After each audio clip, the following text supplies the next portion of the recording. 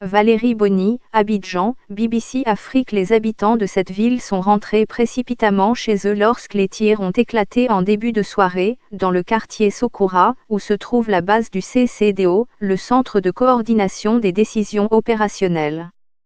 Il y a eu des échanges de tirs soutenus, qui ont pris fin vers l'aube de mercredi. Des renforts de militaires sont arrivés la nuit à Abidjan. Mercredi matin, aucun bilan concernant d'éventuelles victimes n'avait été donné.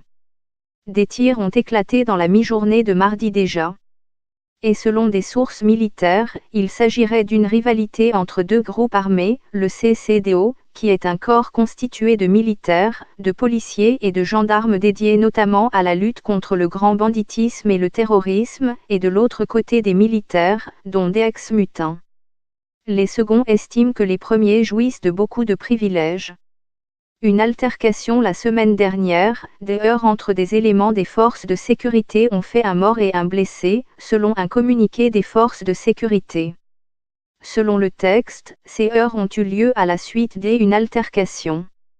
Une enquête avait été ouverte pour cerner les contours des événements qui mettent à mal la nécessaire fraternité d'armes devant exister entre toutes les forces armées de défense et de sécurité.